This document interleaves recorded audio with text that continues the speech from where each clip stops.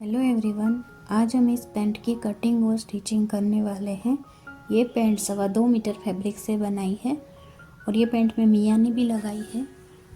ये full elastic वाली pant है। तो चलिए इसे बनाते हैं।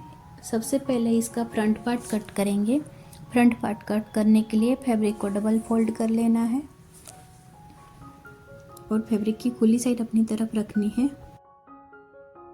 अब सबसे पहले ऊपर की तरफ 2 इंच पे एक निशान लगाना है बेल्ट फोल्ड करने के लिए।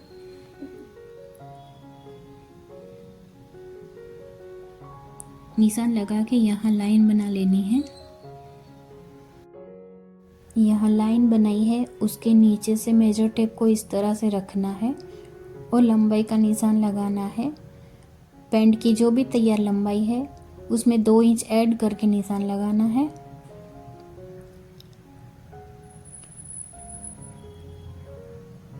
और यहाँ पर भी लाइन बनानी है।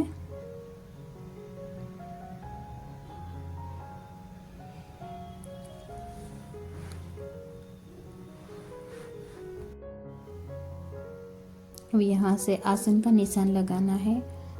इसके लिए हिप का चौथा भाग लेना है प्लस 3 इंच ऐड करना है।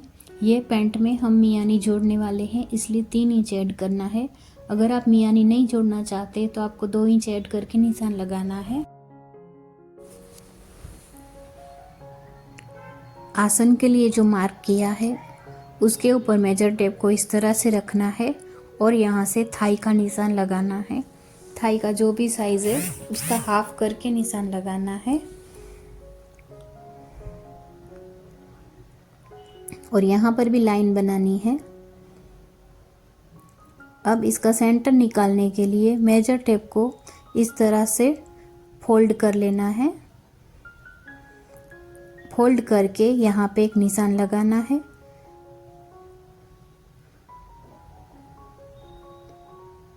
और यहाँ से नाप लेना है। जो भी नाप आ रहा है वो हमें मोरी की तरफ लगाना है। अगर आप बेल्ट वाली पैंट बनाना चाहते हो तो इसमें ये नाप आपको ऊपर की तरफ भी लगाना है। अब ये दोनों निशान को मिलाते हुए लाइन बना लेनी है।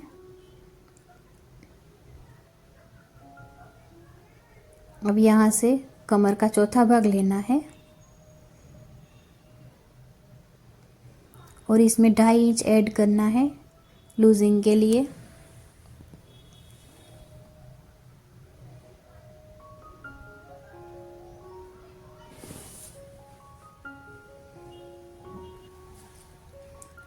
आप इस पैंट में मियानी नहीं जोड़ना चाहते तो यहाँ पर जो हमने थाई के लिए लाइन बनाई है यहाँ से 2 इंच अंदर की तरफ एक निशान लगाना है और ऊपर कमर की तरफ जो निशान लगाया है वो 2 निशान को मिलाते हुए एक लाइन बनानी है।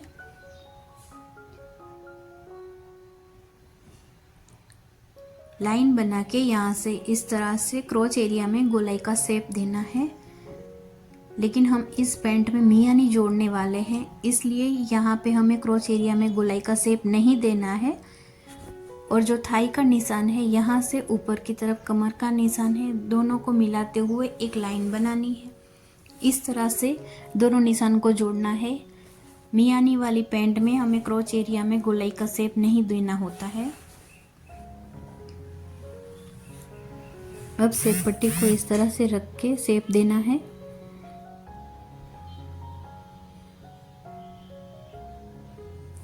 और नीचे की तरफ थोड़ा क्रॉस में निशान लगाएंगे।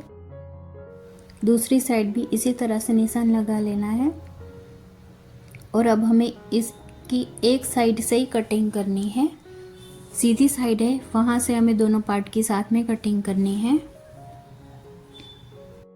अब बैक पार्ट कट करने के लिए फैब्रिक को डबल फोल्ड कर लेना है और फैब्रिक की बन साइड अपनी तरफ रखनी है। बैक पार्ट का आसन फ्रंट पार्ट के आसन से बड़ा रहता है, इसलिए यहाँ हमें आसन बढ़ाने के लिए ऊपर की तरफ 2.5 इंच पे एक निशान लगाना है और लाइन बनानी है।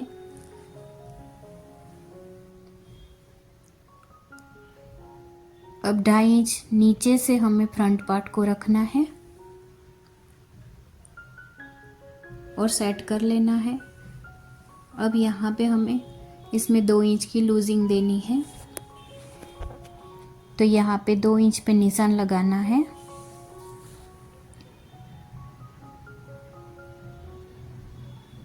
नीचे की तरफ भी 2 इंच पे निशान लगाना।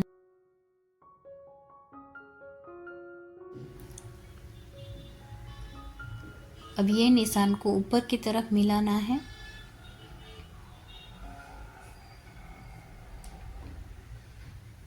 मिलाते हुए एक लाइन बना लेंगे।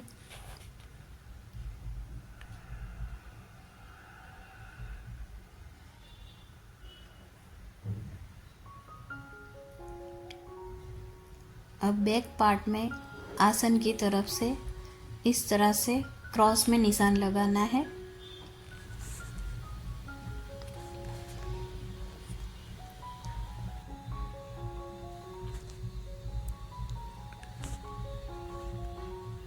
अब फ्रंट पार्ट को 1 इंच डाउन करना है, तो यहाँ आसन की तरफ से 1 इंच पे निशान लगा के यहाँ भी हमें क्रॉस में लाइन बनानी है। यहाँ पे 2 इंच की लूजिंग दी थी, वहाँ से हमें इस तरह से सेप पट्टी से सेप देना है।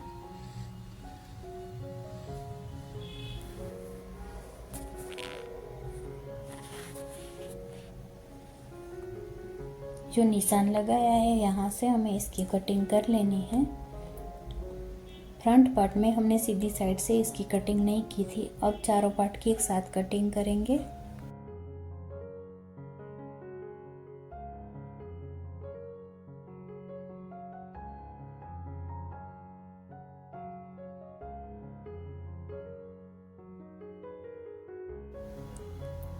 पैंट की कटिंग कर ली है, अब हमें मियानी की कटिंग करनी है। मियानी की कटिंग करने के लिए डबल फोल्ड में फैब्रिक लेना है और जो सीधा वाला हिस्सा है यहाँ से हमें इस तरह से क्रॉस में फोल्ड करना है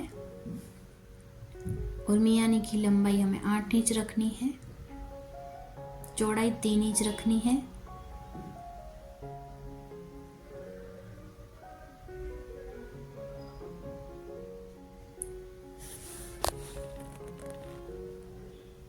अब यहाँ से कटिंग कर लेनी है।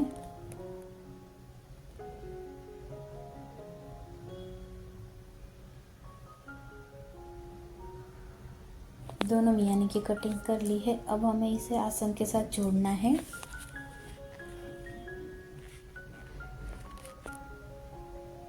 पैंट में 2 इंच पे जो बेल्ट फोल्ड करने के लिए निशान लगाया है, यहाँ पे छोटे कट लगा लेने हैं। दोनों पार्ट में छोटे छोटे कट लगा लेने हैं। मोरी की तरफ भी हमने जो 2 इंच पे फोल्ड करने के लिए निशान लगाया है, यहाँ भी छोटे कट लगा लेने हैं ताकि फोल्ड करने में आसानी रहे। अब फ्रंट पार्ट को अलग कर लेना है। अब इसके बैक पार्ट में मियानी जोड़ेंगे, तो दोनों हिस्सों को अलग कर लेना है और फैब्रिक की सीधी साइड से हमें मियानी को जोड़ना है। मियाने वाले फैब्रिक की भी सीधी साइड अंदर की तरफ रखनी है। इस तरह से हमें आसन की तरफ से मियानी को जोड़ना है और यहाँ आधा इंच की दूरी पे हमें सिलाई चलानी है। यहाँ पर 2 बार सिलाई चला के पक्का कर लेना है। एक हिस्से में मियानी को जोड़ लिया है और मियानी को इस तरह से रखना है।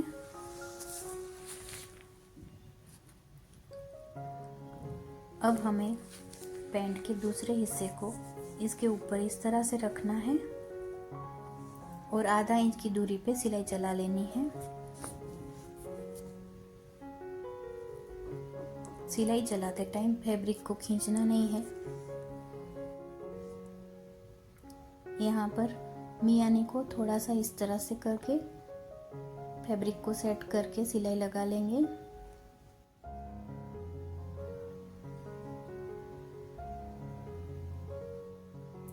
यहाँ पर भी 2 बार सिलाई चला के पक्का करना है। इसी तरह से दूसरे पार्ट में भी हमें मियानी को जोड़ लेना है।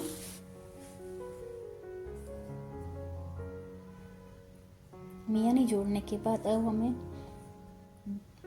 दूसरे हिस्से को इसके ऊपर रख के दोनों साइड से सिलाई कर लेनी है और नीचे की तरफ मोरी की फिटिंग की सिलाई लगानी है। मोरी इसकी 7 इंच है तो यहाँ 7 इंच पर निशान लगाना है।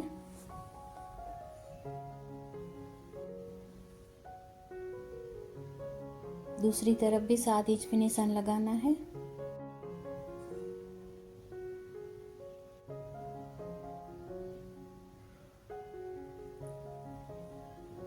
और सिलाई लगा लेनी है।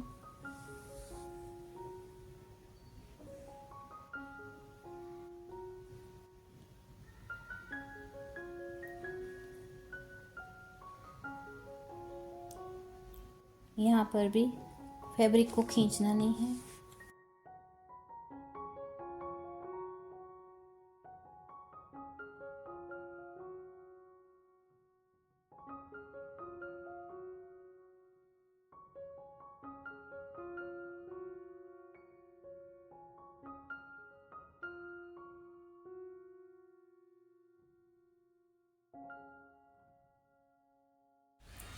बेल्ट को फोल्ड करके सिलाई चला ली है। सिलाई चलाते टाइम थोड़ा सा हिस्सा बिना सिलाई का रखना है यहाँ इलास्टिक डालने के लिए। अब इलास्टिक का नाप लेने के लिए कमर का जो भी साइज़ है उसमें 3 इंच कम करके इलास्टिक लेनी है। इसकी कमर 36 इंच है तो 3 इंच कम करके इलास्टिक लेनी है।